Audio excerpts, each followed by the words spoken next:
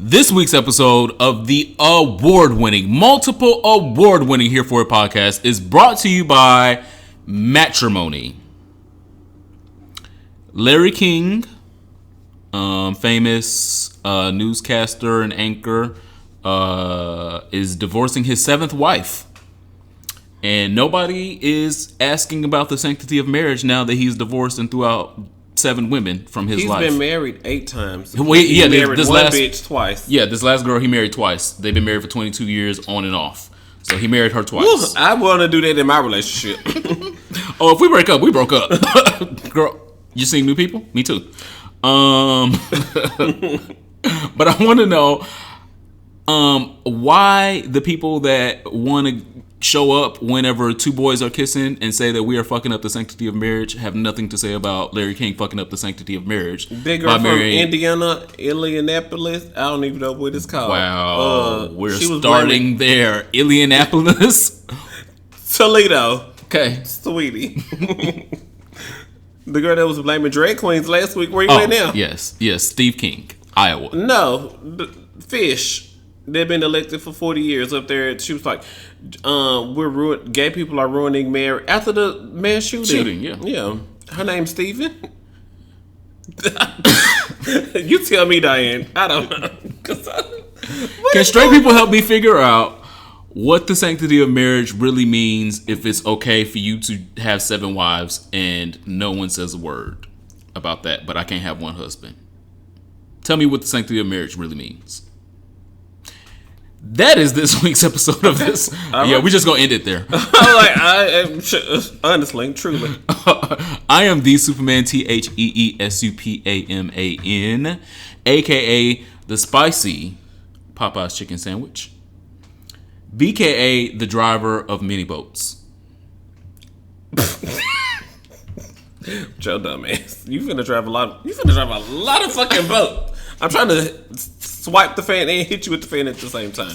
Violence. No top domesticated. Violence. No top violence. We don't do that here. My name is Ronald Matters, BKA the Kim Kardashian of bottom reform. Okay, you was her last week. I'm her every week. Bottoms. Look, we need a category. You see, shout out to Homegirl just got up here to deliver a category. No spoiler alert right now. No spoiler alert right now. Well, you just referenced. Okay, cool. But we got a long way to go. No Cassie. Cassie got to the destination. First off, that's where y'all should hope to get to. Cassie dumped a nigga that didn't give a fuck about her, and then gal with one that wrote her a fucking IG post. On Twitter or something like that. Got a lot of money.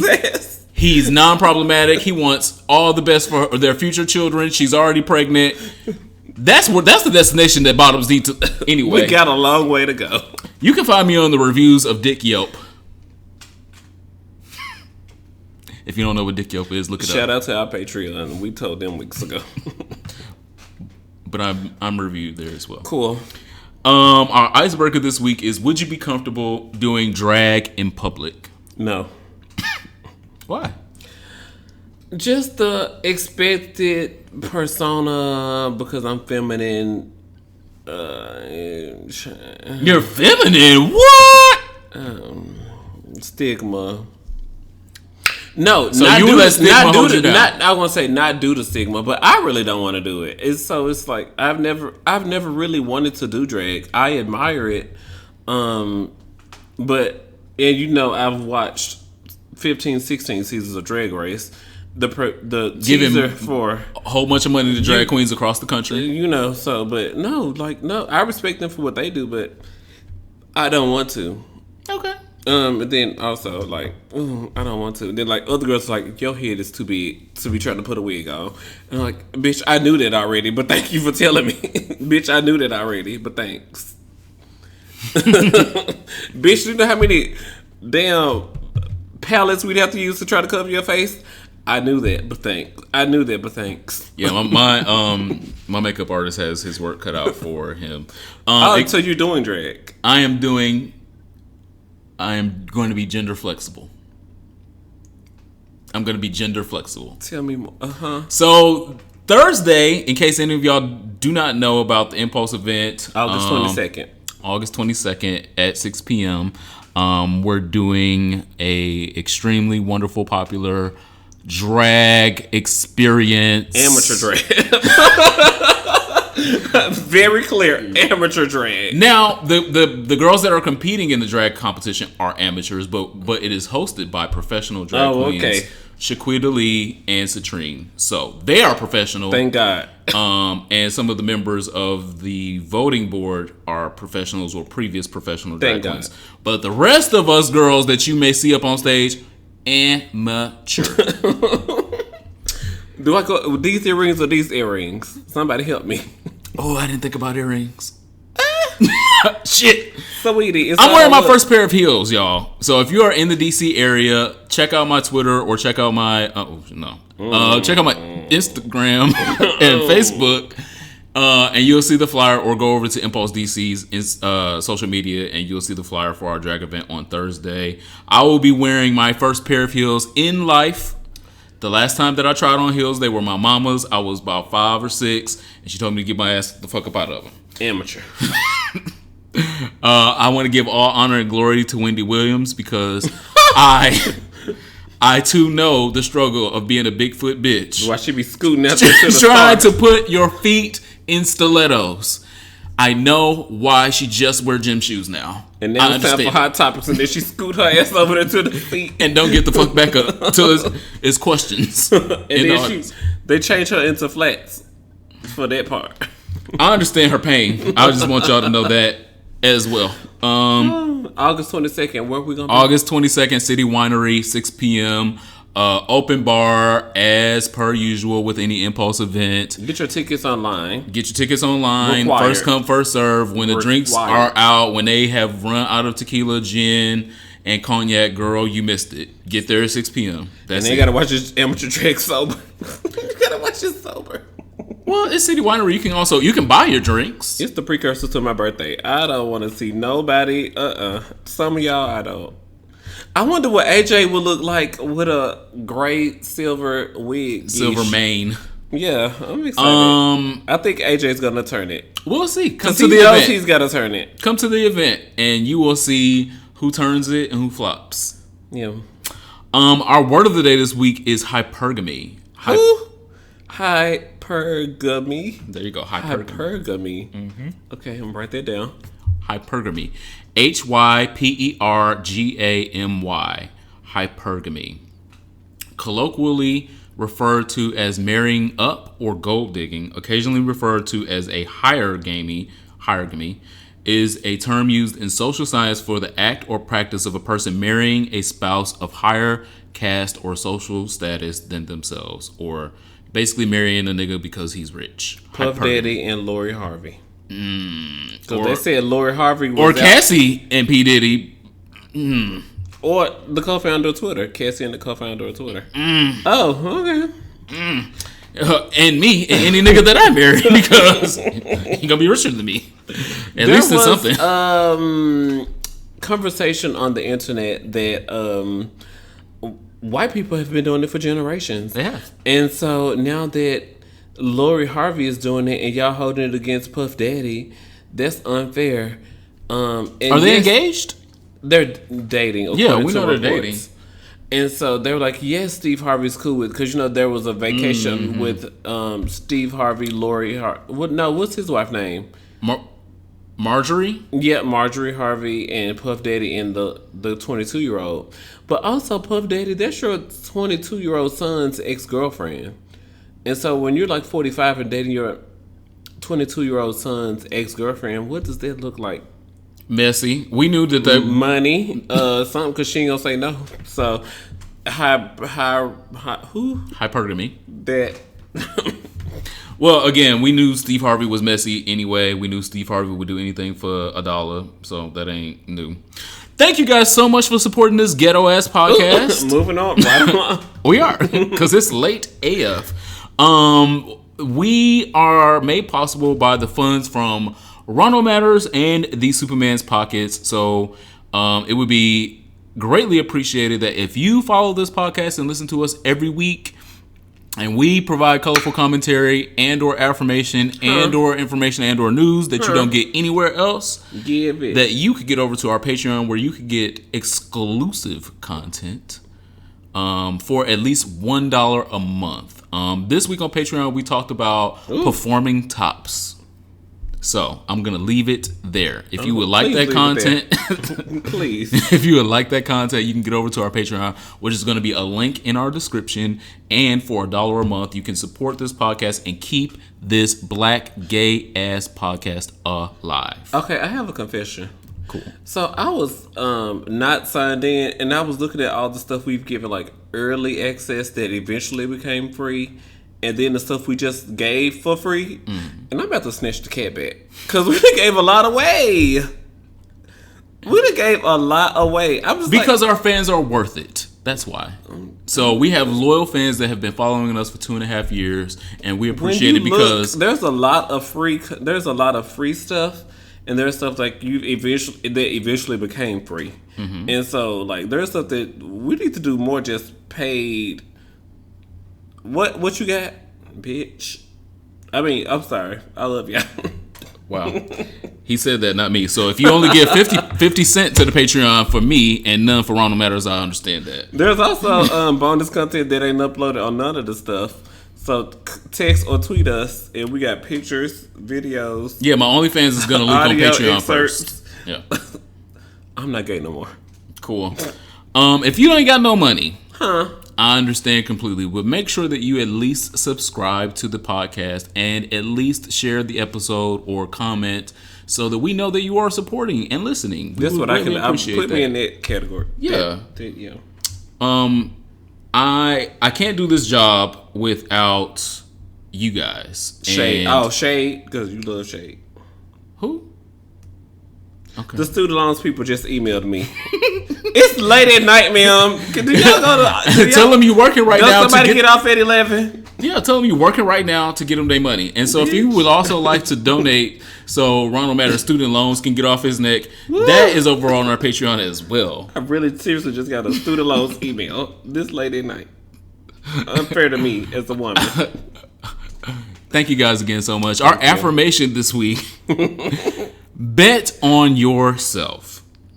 You're the best investment you could ever make.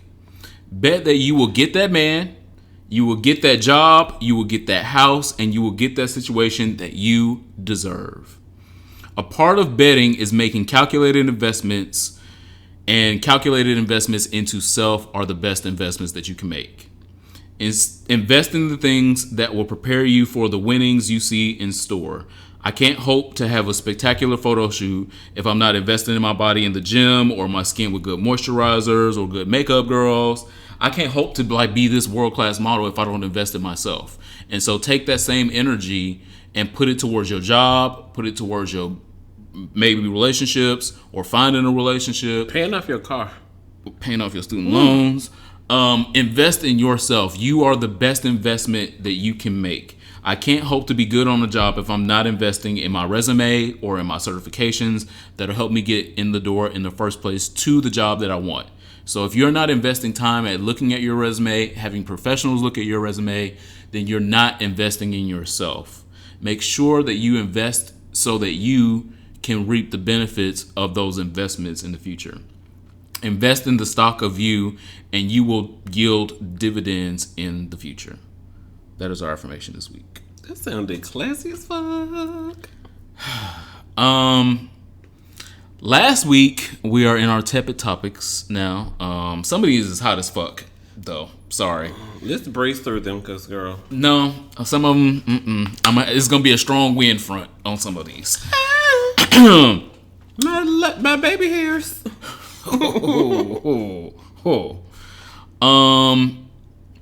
Last week we reported on the video evidence of the assault against Alicia Love, who is a trans woman here in the DMV area. And like I said, the video was extremely crystal clear. The assailants were very identifiable by the video. And thankfully, there has been one 17-year-old from Northwest DC that has been charged in connection with the attack and robbery of Alicia. They have this. Fox 5 has the story posted on their website, and there is at least one person already in custody for the crime. So I wanted to start with that because that's great news. Because typically these crimes go unpunished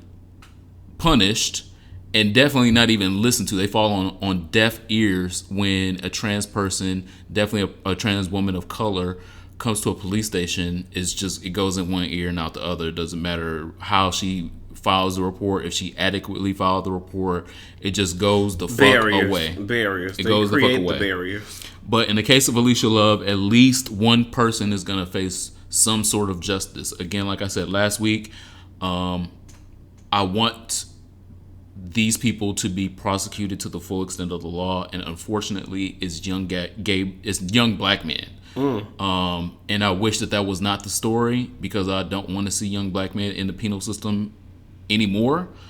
But the actions of these young black men does not belong on our city streets, unfortunately.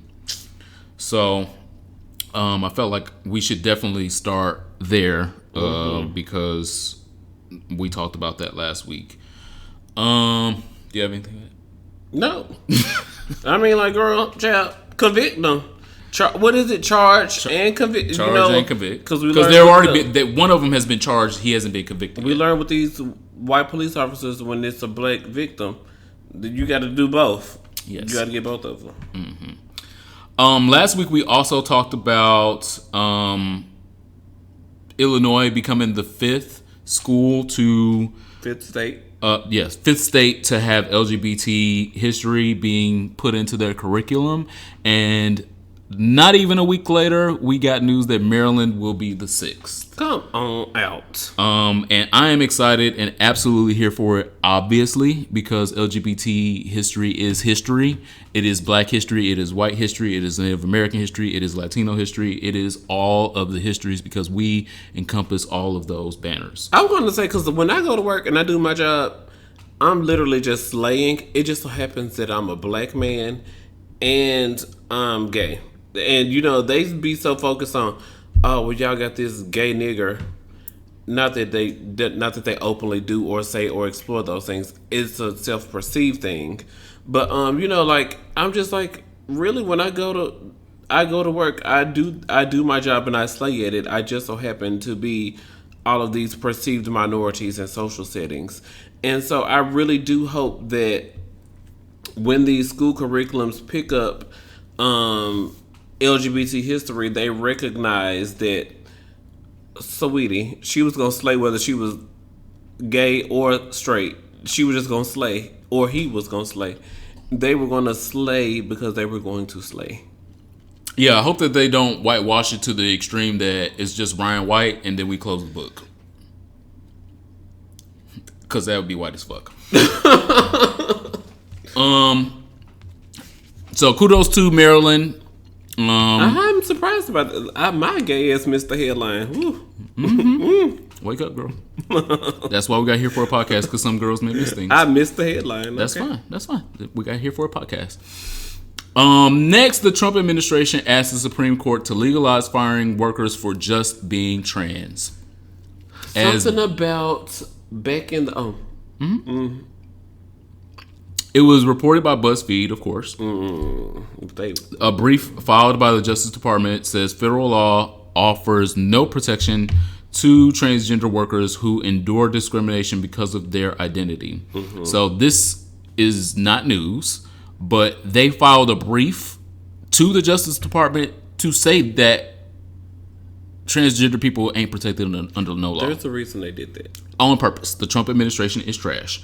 The Trump administration on Friday took one of its most aggressive steps yet to legalize anti-transgender discrimination by telling the Supreme Court that federal law allows firing workers solely for being transgender, arguing a Michigan funeral home could fire a transgender woman because she wanted to wear women's clothing on the job. If y'all don't get the fuck out here and vote.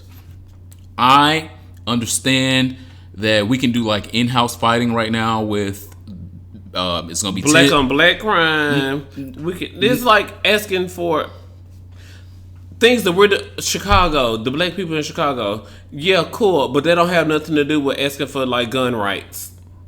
Yes. We can fight in our own house with black on black crime, but what we're doing with police brutality is a whole nother thing, Jay-Z. We're gonna get to Jay-Z. We're gonna get there. I know we are. We're gonna get to Jay-Z next. But the targeting of trans people in this country demands that every person, LGBT and QIA, B, C, D, E, F, G. Okay. Y'all all have to be engaged in this process. It is tiring. It is depressing as fuck. But if we don't, we are next. Mm-hmm. If they are openly targeting trans women at the Justice Department, do you think another 4 years under Donald Trump they won't target your black gay the rest of the acronym? The rest of the acronym? The answer is yes. We have to be motivated, and we do not need to let in-party fighting and bickering tear us apart like it did the last time. So the Democrats have in-party and bickering, then the LGBT community have the in-party bickering. Is that all of what Russia wanted? Yes. Oh, okay. Well, that was a simple answer. Yep, sure was. So my colorful commentary on that. Cool. You know, it really got on my nerves because she lost and then she did her appeal. She was already identifying as trans, but she was still wearing her male uniform to work. And then she was like, "Oh, girl, it's been like 5 years. I'm tired of like wearing this male uniform to work.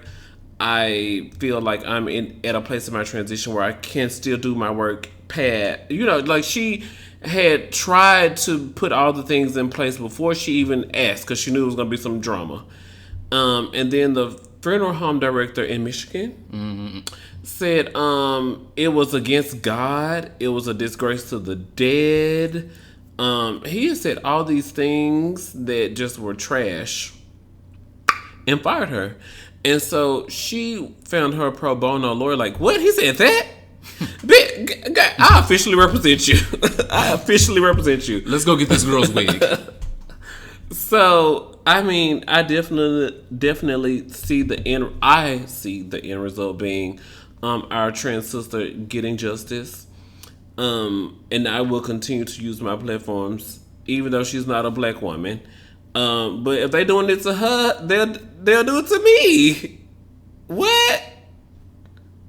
And that's my colorful commentary. Okay. They do it to her, they'll do it to me. In the famous words of Barack Obama, do not boo, vote. Get registered to vote now. You know that they're going to try to repress your vote. You know that they're going to try to do, oh, well, this girl didn't have the right ID. Get that shit in order now. We have 1 year to get it right. Organizing your communities. If you know your mama old, make sure you go pick her up and take her to go get her goddamn voter registration and then take her down to go vote. If you got time to be more of a community organizer, go down to the homeless area and ask if people got IDs, if they can vote, if they're registered to vote. You've got to be a part of this process because the other side is very much a part of the process. Yeah.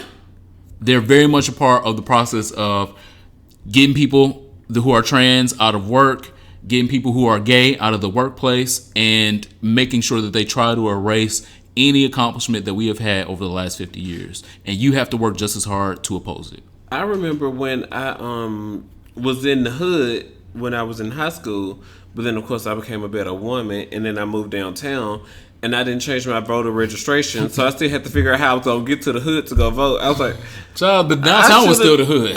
I should have changed my voter registration. Now is the time. Update your voter registration.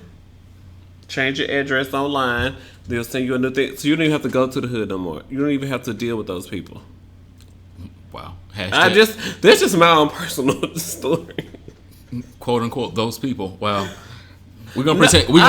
Like, I'm trying to help you. I tell the story all the time about how I went down to the health department and the people looked at me like I was crazy. It doesn't matter if I'm heterosexual, bisexual, or transgender. You cannot look at me like I'm crazy because my experience here today determines if I leave and tell 5 friends that something is going on with you and you need to go see a doctor, and the only doctor you have is the health department. And those people at the health department looked at me like I was crazy, treated me like I was crazy. So it's not a go where you're comfortable, go where you can tell 5 people to get out and go vote. Yes. Shit, 10 people to go fucking vote. Shit, that way we get the other 5 people out down to the health department. Shit. Okay. Well, speaking of people that need to do work, Jay-Z needs get out right now. I am not comfortable fully. And that's Beyonce's husband. Okay. Right. I'm not comfortable fully canceling Jay-Z. Because that's Beyonce's husband. That's that. And then I saw a picture of him recently, and I was like, "Is he getting work done? He's starting to look like Beyonce." Vegan. Jay-Z needed Parkwood's PR team to help him with this NFL rollout because it was a flop out. It was horrible. It was like, did he get the news the day before and then was doing this press conference with Charlamagne the God and all these other reporters and wasn't equipped to answer any questions, didn't know no answers to questions, and was just like, oh, we just moving on. The movement is the fact that I'm getting a check now. Like, how is that the movement? The movement didn't help because it didn't help the movement because Jay-Z got a check. What is Jay-Z doing with the check? Those are the answers that we need to know. What is Jay-Z doing about Colin Kaepernick? What is Jay-Z doing about the NFL's treatment of black players and disrespect of them and taking of their rights and telling them that they can't kneel? What is Jay-Z doing about those things? Or is Jay-Z not doing nothing? Because if Jay-Z not doing nothing, cool, fine. Tell us that. But don't tell us, we'll see. That's basically what Jay-Z said was, we'll see. I'm like, no, we trying to see now. You having a press conference. This is the time to tell us. What do you have? Are you part owner of the Atlanta Falcons and Colin Kaepernick is going to be the new quarterback? And we doing a Black Lives Matter. They sent him in here with no talking points. I missed this. Yeah, and they did. And he sat next to. It's so busy at work. I'd have missed all these. Ooh. And he sat right next to Roger Goodell. Who was that? The commissioner of the NFL. Oh, yeah, I heard that is that. Also a Trump friend and supporter, and one of the guys who led the no kneeling thing. Right. Kneel backstage, don't kneel out on the field. What? All of that. So Roger Goodell is a poster child for all that problematic ass bullshit of the reason why we're the commissioner of the NFL. Right.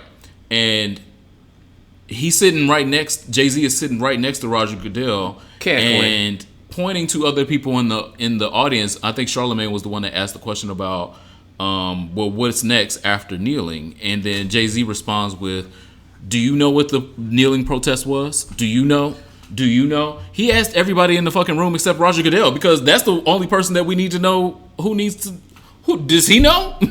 Because he knows the answer, but he don't agree with the answer. Because he's also been sued and fined a judgment for his shenanigans with why Colin Kaepernick still has not been reinstated down to the HR benefits program. Because he ain't got no damn team he on. So why Colin Kaepernick still out here? And the girl's like, well, hold on. Because, like Jay-Z said, it's time for just kneeling. It's time for actionable items. And, if Jay-Z where's the action, though? And then Jay-Z buys a team, then that means Colin Kaepernick will at least get a tryout. Sweetie, I don't want no tryout down to the losing squad. I want to try out for the New England Patriots because they almost always win. I want to try out for the New Orleans girls because I always see about the black and gold team. Saints. And one more team. There's Tennessee Titans because y'all ain't never won shit. So you try that. Skip right over the Tennessee Titans. One more team, the New England Patriots. He could be a star in Tennessee because ain't nobody else there. You could be a star in Tennessee, girl. I was a star in Tennessee. I was a star in Tennessee. I was a star in Tennessee. But anyway, I'm trying to think of Sweetie. Sweetie. Or the Miami Dolphins, because those colors would be cute on Colin Kaepernick's skin. That pink and that like baby blue. What's the colors? It's green. Well, I forgot what the colors is exactly. Green and orange. I could see him in that. Okay. He could do a GQ shoot. But here's the deal. Huh?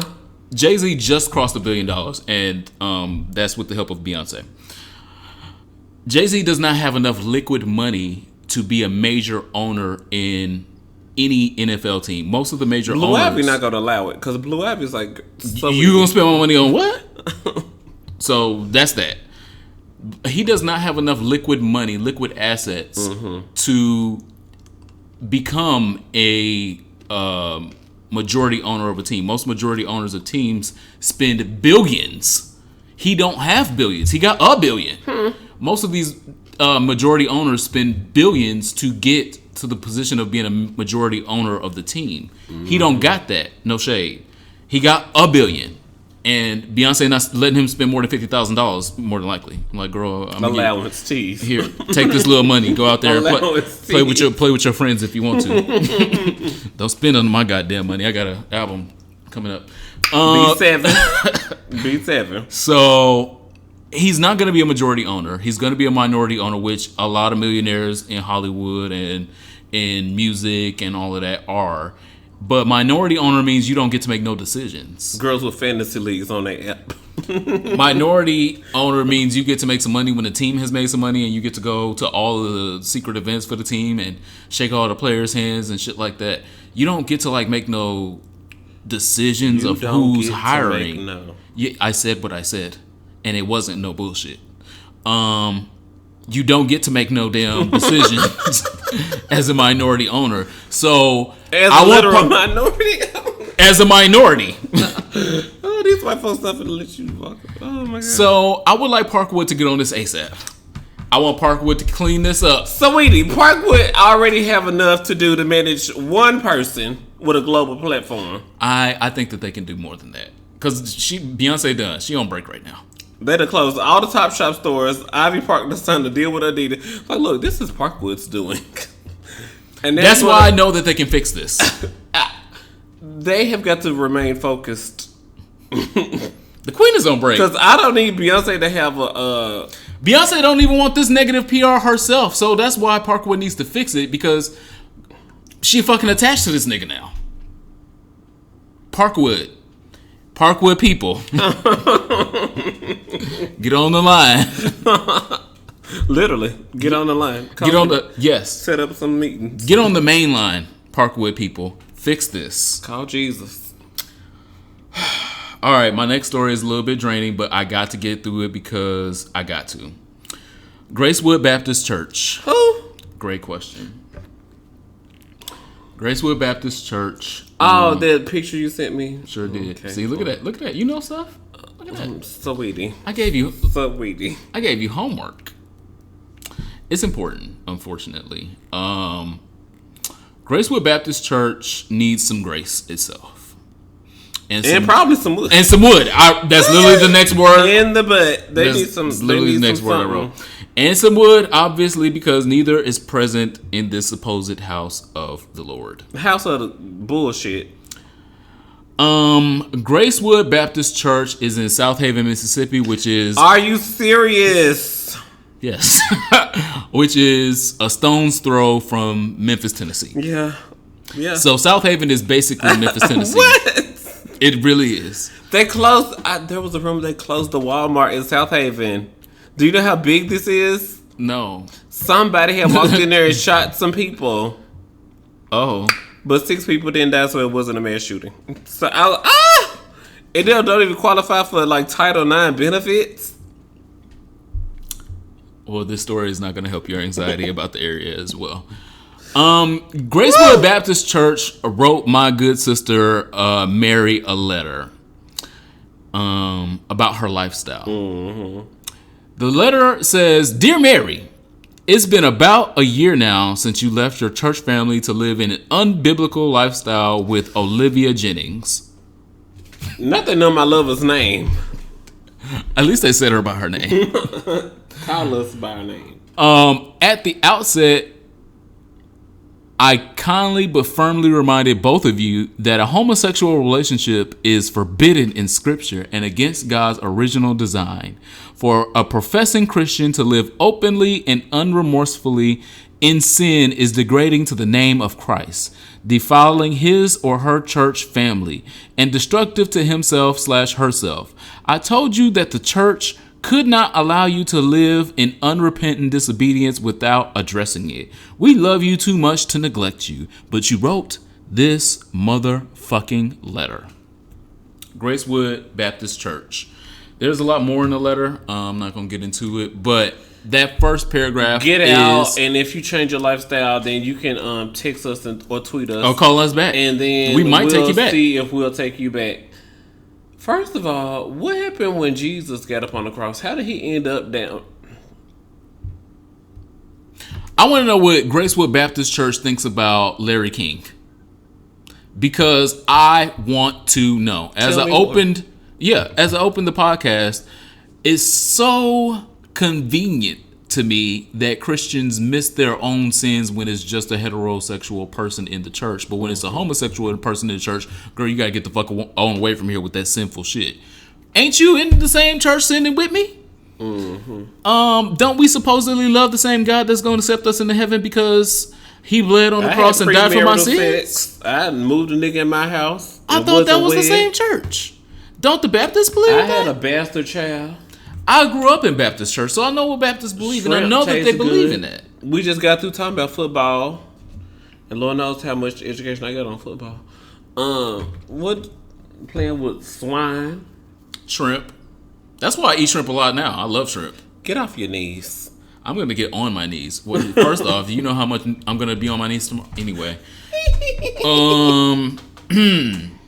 Gracewood Baptist Church, y'all can get the fuck out of here with this bullshit. How about with this backwards Southern country ass bullshit that y'all wrote her a letter to tell her homosexual lifestyle was just too much for y'all. Signed it in for y'all ink. church. Y'all barely got 35 fucking members. Get the fuck out of here. You should be accepting of every dollar that's coming in your church, even if it's a gay dollar. Drug addicts, they're sinners.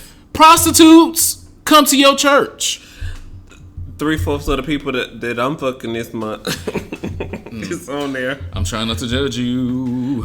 Judge me if you want. Well, first of all, I don't go to church, but shout out to my sister who thought she had found a family, a church home.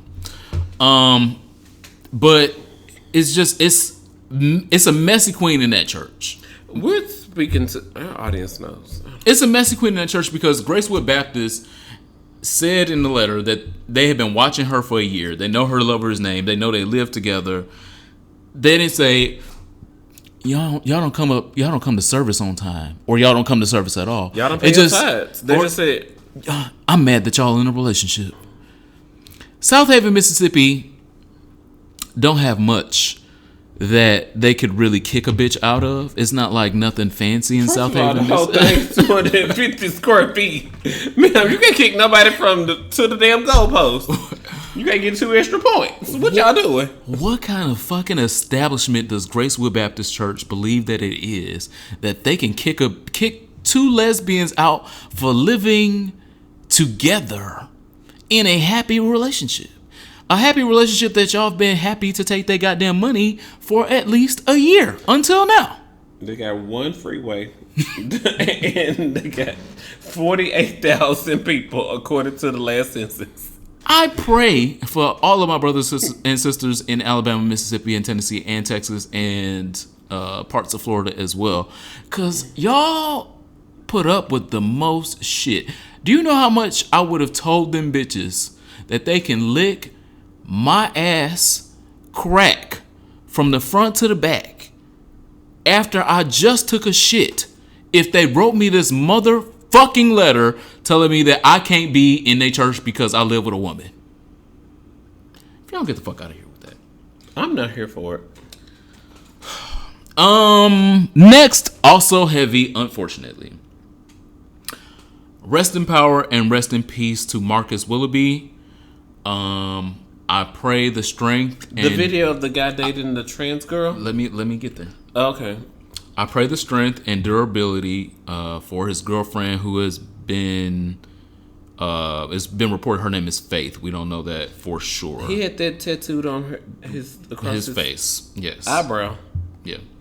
And so we believe his trans girlfriend, her name is Faith, and Marcus had been targeted by groups of allegedly cishet men Allegedly heterosexual. Because they were allegedly heterosexual. Because they are allegedly heterosexual. They are alleged because that's how DL queens act.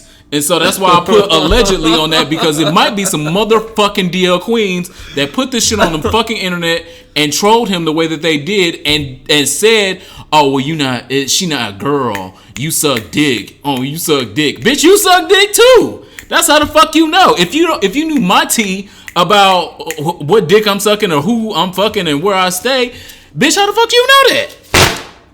You know it because you be traveling and doing the same shit in the same circles. So, allegedly, cis het men. Talk that talk.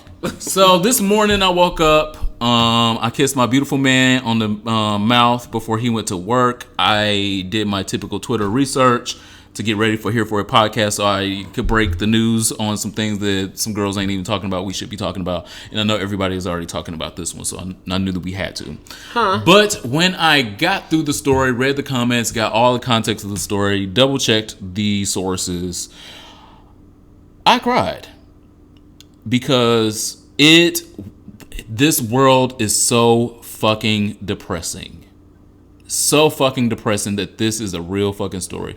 One, depressing because people actually thought that this was funny at first. What? Read the comments. And so if you don't have the capacity or the time, I understand not reading the comments. That type of story, I don't read the comments. Like if it's something cute about K. Michelle, cool, read the comments. It's a cute little laugh. But when it's read the comments on like the death of yeah. So, what I did it for you guys. It was trash. It was a full dumpster fire, and everybody that was commenting was black and saying awful shit. It was horrendous. The person that originally posted it and made it viral, trash. Again, allegedly cishet. We live in a world where he was bullied / trolled on the street for being in a relationship with a trans woman. And then, now, he said something problematic. He did call her a tranny. He was using language that they were using. That they could relate I just wanted to make sure that situation. Yes. I just wanted to make sure we covered that part. He did. It was semi-problematic for him to say that. It perceived racial slur. Gender slur. Yes. But through the trolling, he was forced to admit his relationship with this transgender woman that he's apparently been with for a while. And it led him to go back home and kill himself. Later that evening. And it was also reports that he had other mental health issues and illnesses, and all of this viral attention of him being outed and talking about his transgender girlfriend on the internet compounded with all of that, and he just decided to take his life. In South Philly. In Philly, yeah. So, I can only imagine what his girlfriend is going through and thinking about right now. I can only imagine what his family is thinking about right now.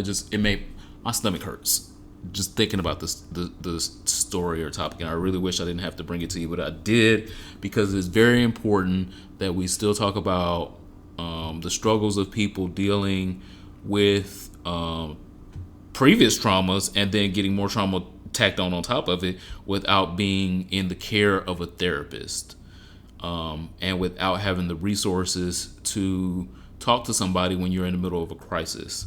So I put out this suicide line before on previous episodes. I'm going to do it again because it's very important. If you need it for yourself or if someone around you may need it. The suicide line that you can text for the American Foundation of Suicide Prevention is 741-741. If you just text GO, the word go, someone will respond immediately. 741-741. They're trying to get it down to just 3 digits. So you don't even have to text the other 741. You just text 741 and someone will respond to you. And so if you're in the middle of a crisis like Marcus was, and you feel like you're being pushed where you only have one option. Please reach out and at least text somebody, at least call somebody, at least stop and think about the ramifications of tomorrow being without you. Please. All right. Next, we are recording this fucking episode late because we want to watch the season finale of Pose and give y'all a real-time review of Pose, the season finale. Spoiler alert, we're going to try to remember to put in the comments when the Pose finale spoiler is over, but here we go. Yes, so this is the last episode of Pose. We ain't gonna see them hoes again until next year, and apparently it's gonna be a time jump. Allegedly, that's what some of the leaks are saying, and we'll see what they do next season. But we got this last episode to talk to you guys about. The second that Blanca coughed in the opening scenes of this episode, dramatic. I was, because I have been saying it, and it almost came true. I was sitting down to pee. He was like, the program is on. And I was like, okay, well, girl, let me wipe and then get up. Girl, if I could even get off the seat, as a woman, you just hear hollering. I'm like, oh my God, did she pass out? Did she, oh my gosh, I just don't even know. Did she, what's happening? And she coughed. Wow. You're dramatic. You're more dramatic than me. Well, we all know what in... Explain yourself out of this one. Come on. I'm going to. Dramatic. I got this. You're dramatic. In certain gay circles, when trying to depict sickness, that cough is very easy to identify. A cough off to the side, off into a napkin, so you can. She also looked sick. Her eyes, her makeup was different. Mm-hmm. She visibly looked sick, and then the cough, which is eerily representative of what AIDS patients started to look like before they went and deteriorated in the early 90s and mid 90s. It's out there. Y'all can go look it up yourself. But those things are synonymous with what the disease looked like when you was about to go to the goddamn hospital.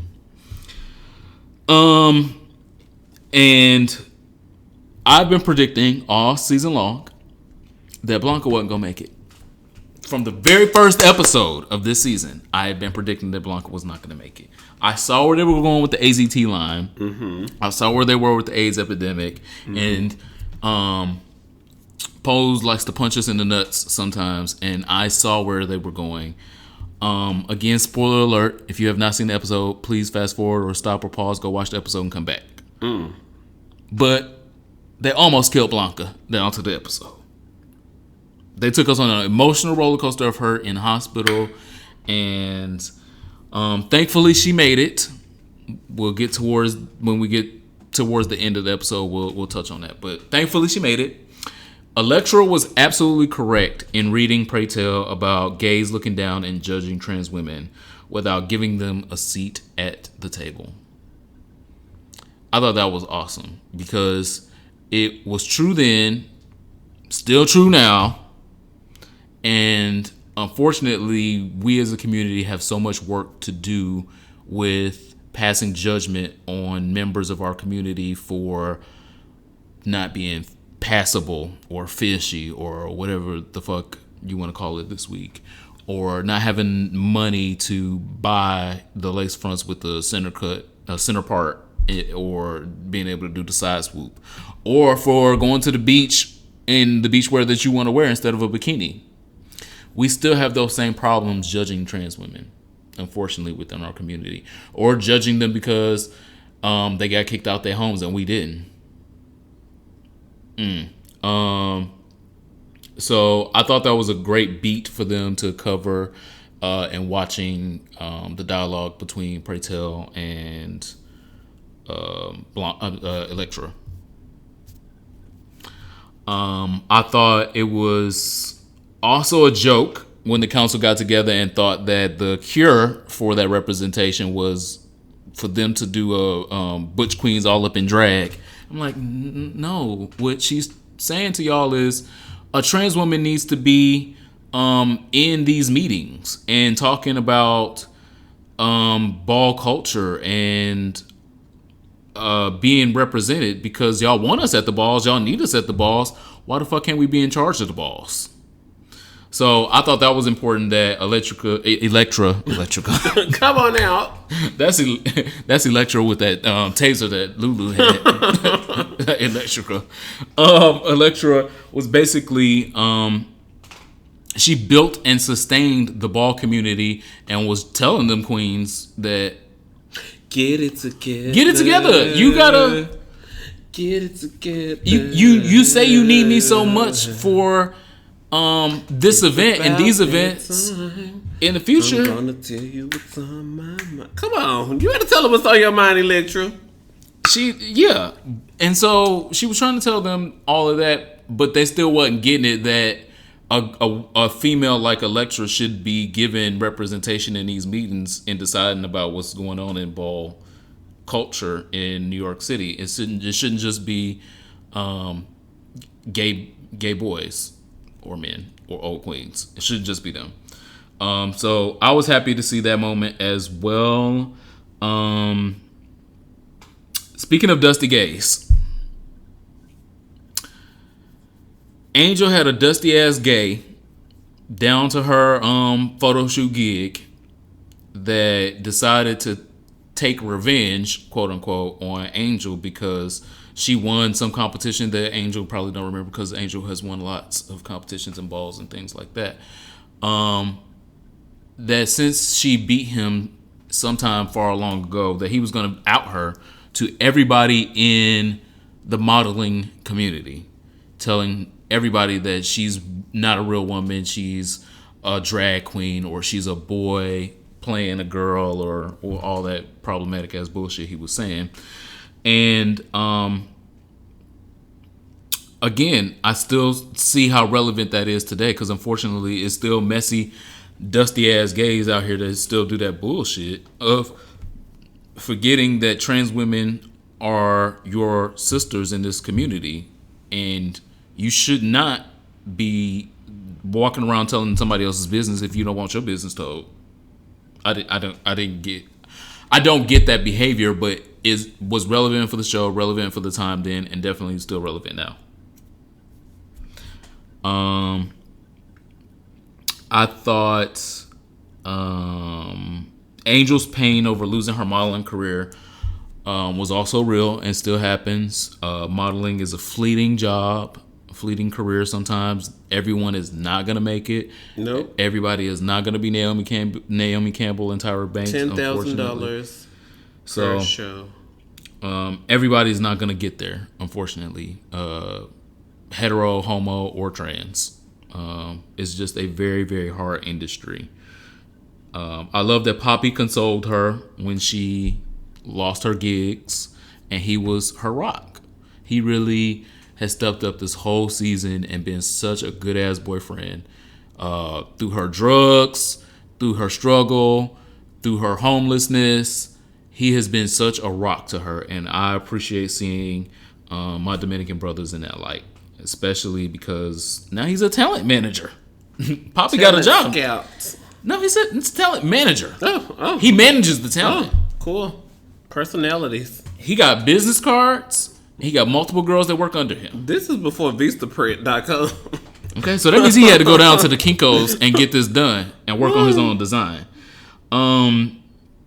So Poppy is business fish now. He's coordinating all the girls to get their own modeling contracts, and I'm absolutely here for it. We need representation in the business, small business, in the business, small business, and talent world. Yeah. Ricky looks real comfortable in those heels. I like that. Ricky showed us his fully versed top Butch Queen realness. Ooh. Too many categories. Too many. And the trans girls only got 3. He's won many categories. so he's got many categories. Is Damon too young to be a house father? So we got towards the end of the episode, and Damon has come back because obviously he's gotten word that Blanca is sick and on her deathbed and shit. And Damon come back talking about sick and on her deathbed and shit. Wow. That was insensitive. Okay. What part was false? He got word of all that, and he came back from his tour. He was over in Europe dancing with somebody, and I want to dance with somebody. Come on, I want to feel the heat. Anyway, so he came back from Europe and said that he done started a house of his own over in Europe, and he's the house father. I'm like, sir, didn't you just left being somebody's baby boy yesterday? How you the daddy over it? Baby boy. Baby boy. I don't get it. I ain't get it. I think Damon is too young. I think that they're pushing the series too fast. If next season is gonna be the last season, I am not here for it. I love this show. This show needs to be on more seasons. We had so many seasons of fucking The Office, Weeds, Grey's Anatomy. What the fuck did that add to the social? What did that add to the social fabric of TV? Nothing. Of culture, like real life culture, not just TV. Real life culture. Doctors, yeah, emergency rooms, terrible. Seen it before. I watched Doogie Howser. What that is? You don't know what Doogie Howser is? I was gonna say I ain't never seen it. And we might have to keep it. You too young to be a house father. We might need to keep it. I don't know if I've seen that before. If you don't know what Doogie Howser is, how do you even spell it? If you don't know what Doogie Howser is, you are too young to be a house father. Yikes. This means I'm old enough to be a house father. Angel and Poppy's engagement was so beautiful. Bye. That's because you bitter. Cheese. You're a bitter Betty. Cheese. You're a bitter Betty. She got out on both her knees in the club. I was like, is she about to whip it out and put it in her mouth? I was like, what? First off, I was so confused. If she wants to, she could. First of all, secondly, but cheese. And I would watch. I don't know. So, Janet Mox cast her boyfriend in this show. I'm all for giving your man opportunities, but I feel like this might be a little too close. Because we know that falling in love with somebody on set is how Mr. and Mrs. Smith happened. Yeah. And Poppy / who was that? Brad Pitt and Angelina Jolie. And we see where that ended up. 6 adopted kids and a divorce. And bad PR. They need Parkwood as well. Okay. Coming back to the category is Butch Queen up in drag for the first time. Huh. And Pray Tell looks like Angelina. Woo! Shit. Angela Bassett. And y'all can't take that imagery out of my mind because as soon as I saw him, I was like, oh, he was going for Angela Bassett on this. I see Angela Bassett all in this. I'm not sorry about that. I'm glad I was wrong that Blanca did not die this season yet.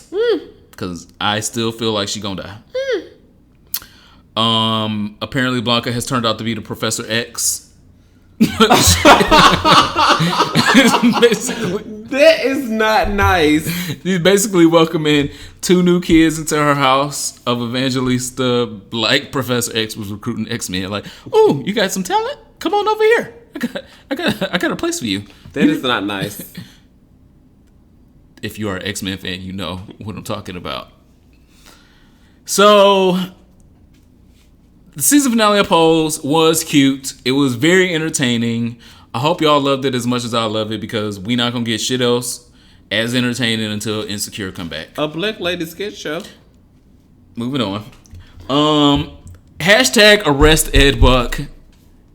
Every week and every week that I have breath, I am going to make sure that we talk about arresting Ed Buck. Andrew Caldwell is still behind bars. No, he's not. What? Cool. And Ed Buck is free.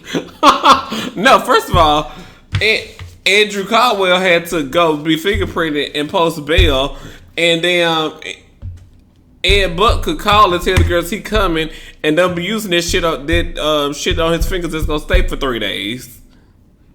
And take me to Burger King on the way. Privilege. And he want to stop by Philippe because it's Los Angeles County. Yeah. So, I'm not letting go of the shit until I see him in handcuffs, unfortunately. And I don't see him And in I handcuffs. just would like to say out loud that I look at the hashtag Arrest Ed Buck every single week, and I don't even see our podcast listeners tweeting Arrest Ed Buck.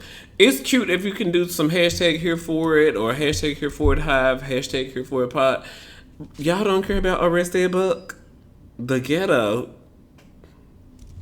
The ghetto. Yeah.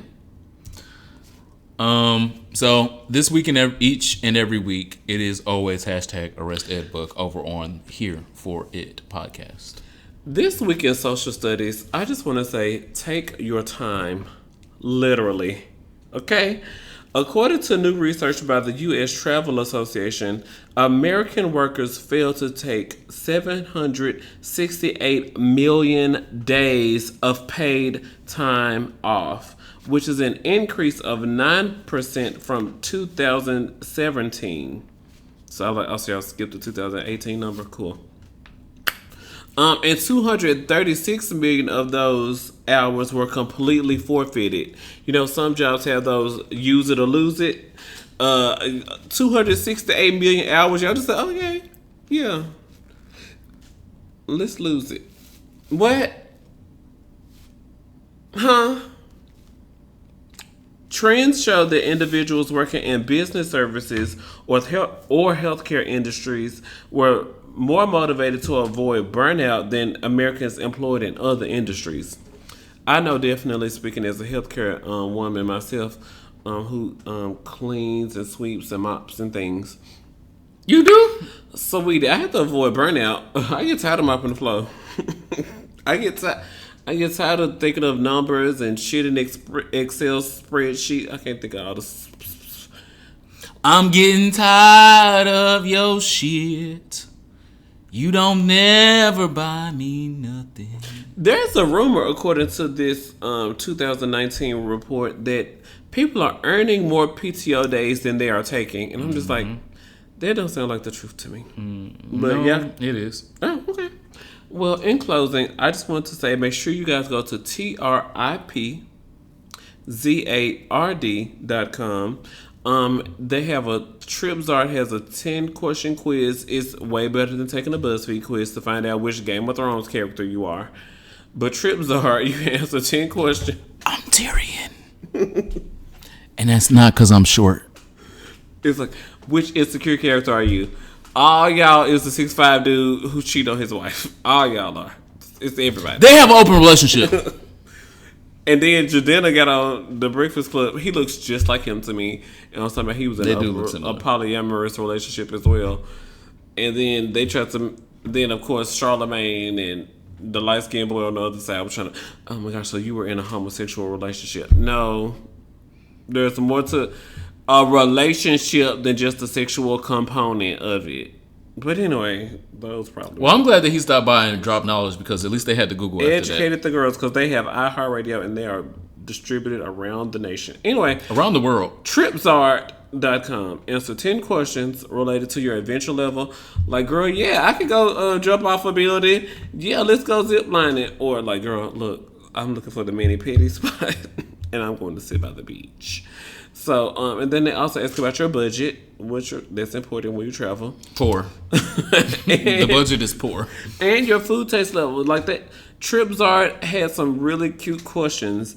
And then they give you a roundup of like, oh, we think you might like this country on this continent, or this place on this place. And, you know, like, well, this one, we see that you're more of an adventure level fish, but you don't have the kind of coin fish. So this might be better for you. And here's 2 or 3 places you can go. So shout out to TripZard, because I was like, Okay, I see 2 islands I need to visit, but I need to make sure my passport is up to date. Which 2 islands? Do I remember? Cool. And this social studies this week. Take your time, literally, okay? Because we need to stop giving up all of our PTO. Love takes time. That was the song for my soul last week. I'm not looking for no love, but okay. My adventure level is low. I want to take off work and I want to not be You at looking work. for love with somebody else's husband. What's going on in sexual health this week? That's what's going on in sexual health. Close your legs to marry men. Who's married? I'm not married. To them. I don't have my legs up to marry me. I see Jose Cuervo in front of me right now. Popeyes. Your legs are open to Jose we had the Cuervo? spicy chicken. First of all, today's spicy chicken sandwich was trash, but the other one was really good. It's just about location. But yeah. Location. We got to go to the hood and get one. Shout out to Popeyes and the spicy chicken sandwich. AKA me. This week in sexual health, I wanted to talk about a word that I just learned. And I'm in these streets all the time. And I know stuff sometimes. And I have always referred to PEP, post-exposure prophylaxis, as PEP and nothing other than. But this year, PEP and nPEP, N as in November, nPEP. nPEP, nPEP. I go to the conferences and stuff. What the fuck is the nPEP? It came out in January 2019. So we're a little bit late to the term, but it is a acronym that stands for non-occupational post-exposure prophylaxis. Oops, shit. The term is new because they are differentiating PEP versus nPEP. So PEP is sex workers? Yes. So PEP is for anybody that may have had a exposure to HIV through occupational means. And nPEP is for people that have been exposed to HIV through condomless sex or sharing a needle with a person that has HIV or didn't know that they had HIV. He took me to Applebee's for the $1 margaritas, and I had got gone. Okay. And now I need PEP. Oh, well, right. Put that in your book. Those $1 margaritas, I heard are really will get you there. I don't know. And I'm like, well, girl, they are $1 margarita and down to the Applebee's. What you think it was going to happen? No, that sounds like what's that? They put Four Loko in there. I'm not doing that. So nPEP is post-exposure prophylaxis. I don't know why I keep wanting to say prophylactics. Prophylactics is nursing. Condoms. Yes. Is post-exposure prophylaxis for condomless sex or sharing a needle where you may have been subjected to HIV, or in the cases of sexual assault as well. It's important to know that the medications used for nPEP must be started within 72 hours after the incident occurred to be effective. Okay. Again, nPEP for occupational use, meaning you are a nurse fish, you are a phlebotomist, and you working with HIV positive patients, and you just took their blood and you fucked around and stabbed yourself with the needle. Mm-hmm. So you need to take these precautions within the 72 hours to ensure that work didn't just give you HIV. So also, are they trying to say I can't find my workman's comp claim because I'm still filing my workers' compensation? Do all the above. Sweetie. Do all the above. What's big other than this? Wow. Your baby hair. I'm about to say some problematic stuff. Yeah. So it's important to know in sexual health the differences between the two. And if you are a victim of sexual assault or have had a wild night, post-exposure prophylaxis is available in every emergency room and trauma center in the country. And nPEP is available if you are a worker that is working close to HIV I like that. communities and may have been exposed to HIV unknowingly or knowingly, but you must start it within 72 hours for it to be effective. Songs for your soul. What do you got, Marianne Williamson? I was gonna say because my playlist. Do you want to tell the children about that? On Patreon this morning we announced the NYC 19 playlist, and then shortly after, down to the Twitter, it was like the official Marianne Williamson rally playlist. Marianne, scoot. So let's put our little playlist out for the 99 and the 2000. Now you want to copy, but shout out to. So to be clear, y'all, he's saying Marianne Williamson copied off of his playlist. In case y'all didn't get that. Shout out to Dawn Walk by Steph London. She said, girl, you walk in the room like a Dawn. You are a bitch. You are a boss bitch. You own every motherfucking thing. Dawn Walk. Walk into the room and own it by Steph London. And then shout out to King Combs, who is Diddy's son. He has a song called Surf, which is a cute little... what are the words? Who knows? Is it like a teeny bopper thing? King Combs is probably 20. Yeah. I know he's fine. I just don't know what the music is like. At least he's an adult. Thank God he's an adult before you said that.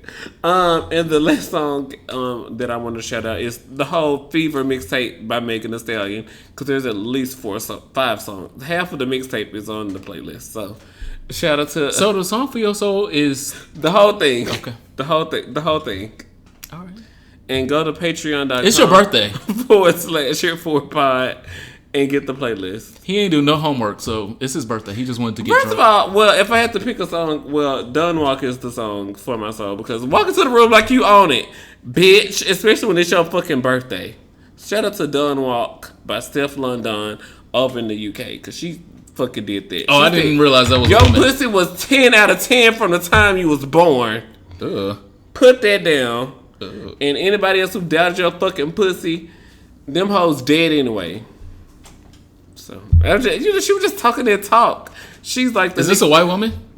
No, she's a black female rapper. She's like the Nicki Minaj of the UK to me. Because I don't really know all of the whole UK female rap scene. But when a new Steph London song comes out, I'm like, gotta listen to it. I gotta hear it. Okay. I gotta see what she gave.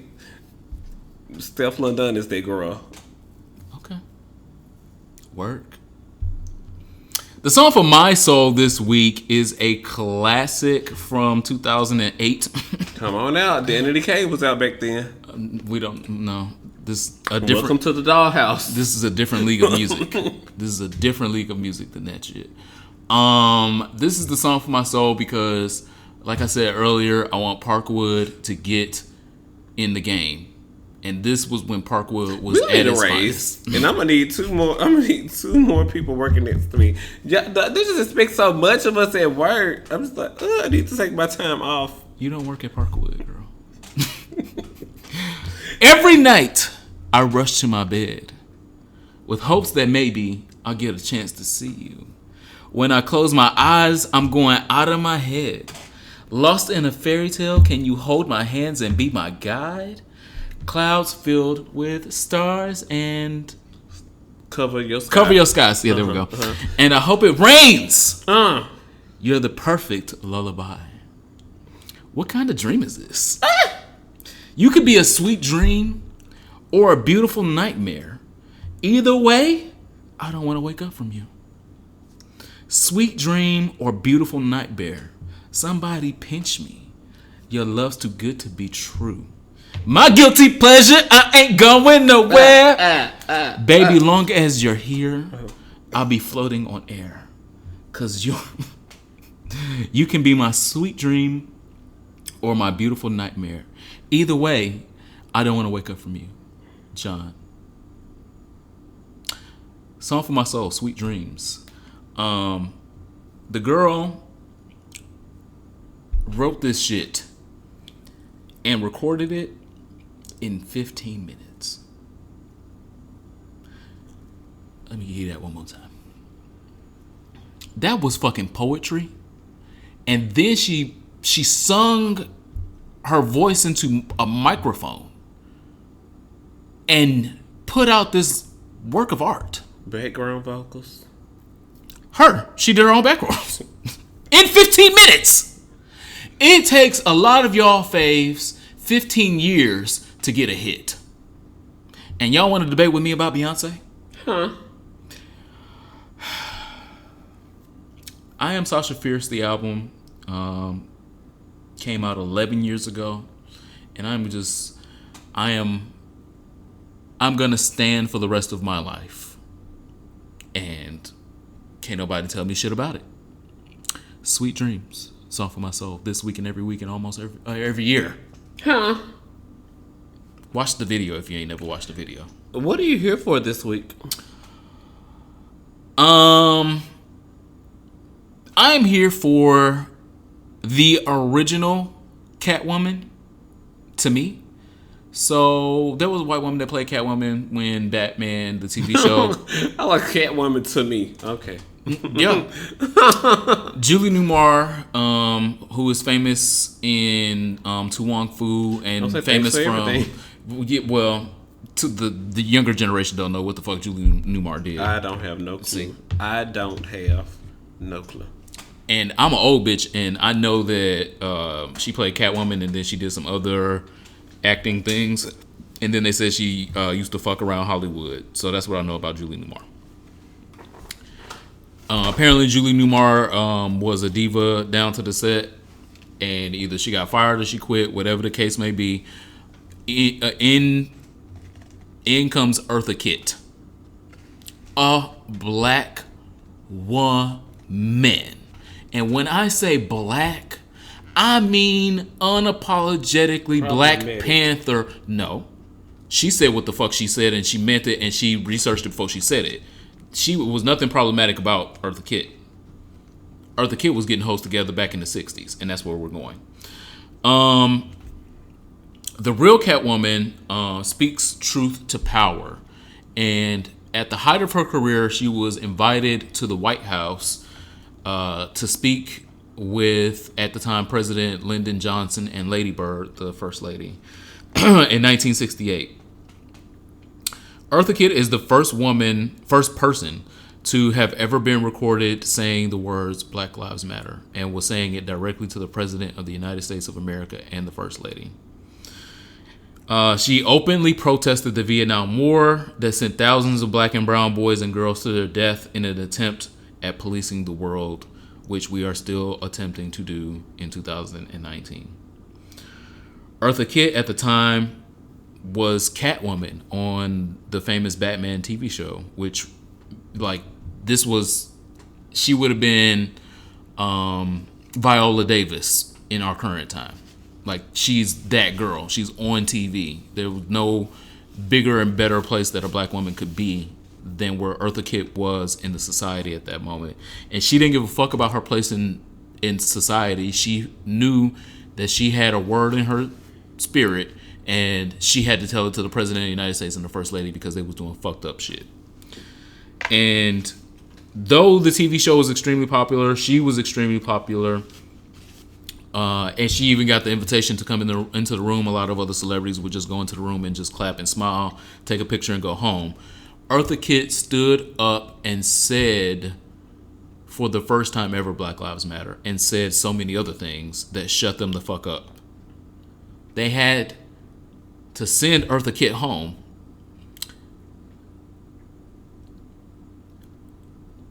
in a cab. She originally got car service when she was invited to the White House, but upon her exile from the White House, they snatched back that car service, and Eartha Kitt had to take a cab from the White House to get home. I'm absolutely here for it because we need more Eartha Kitts today.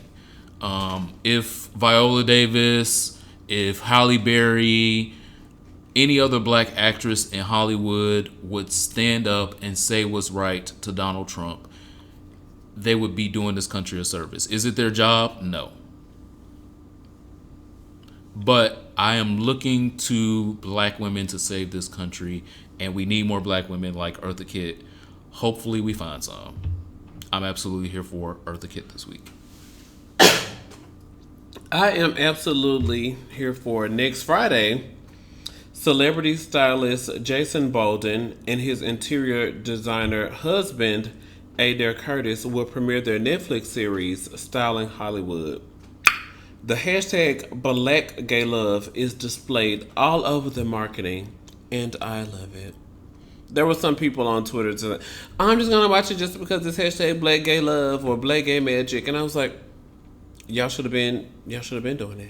Y'all should have did that anyway. But anyway, It's above you. they work with Ava DuVernay, Yara Shahidi, Eve, and Jenny Mock in the trailer.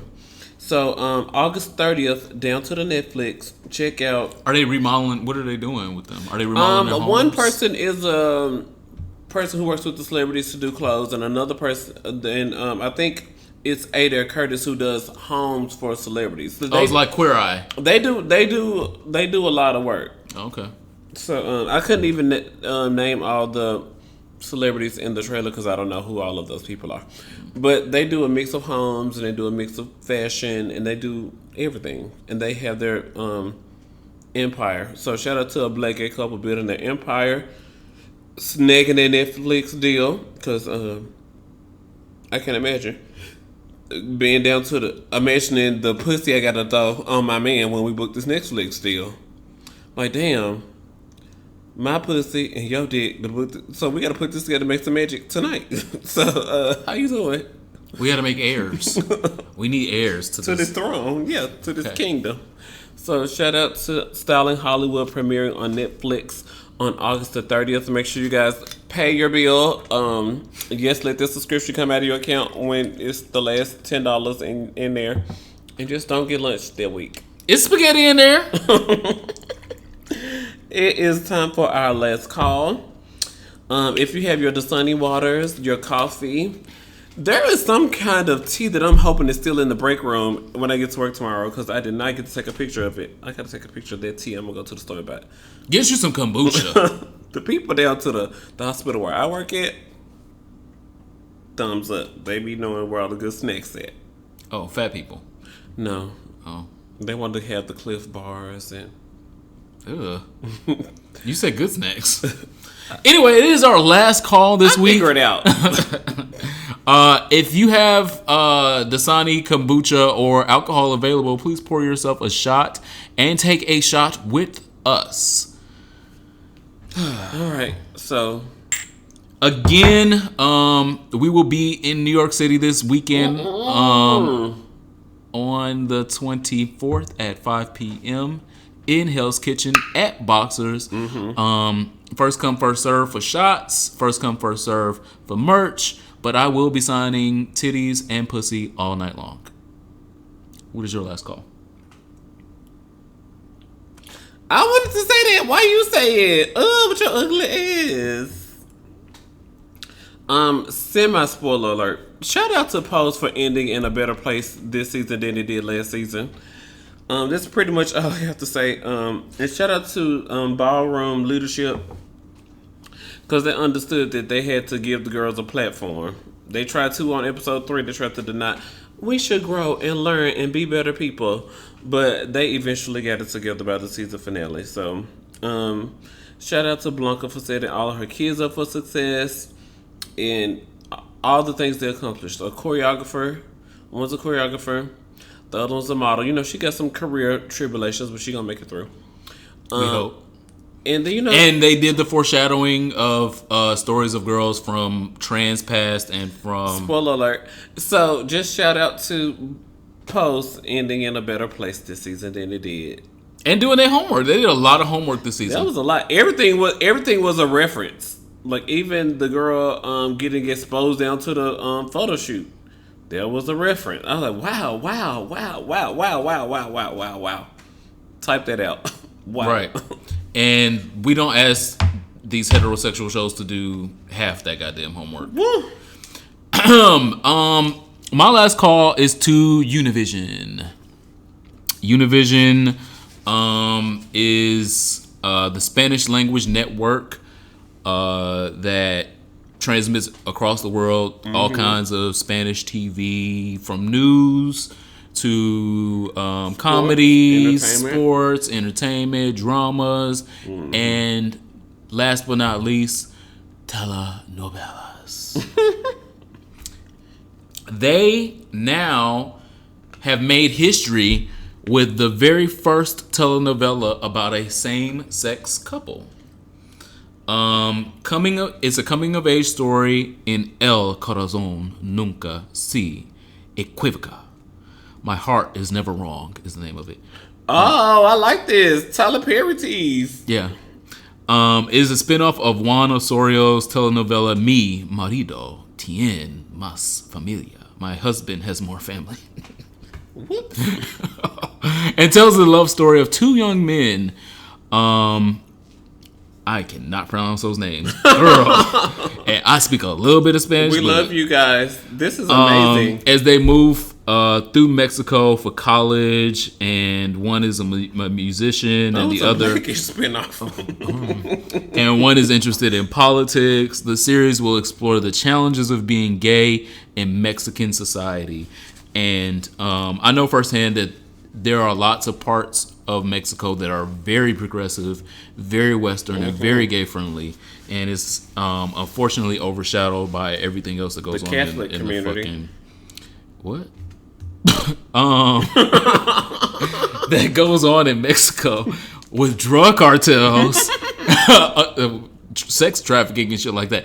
That is the bad things that Mexico is known for, but no one talks about the beautiful beaches, the beautiful places that are gay accepting, the great party places, the great islands, the beautiful and welcoming Spanish people that just is so much. If you've never been to Mexico, go to Mexico. It is so much. I'm going for Labor Day. I'm going to have a ball.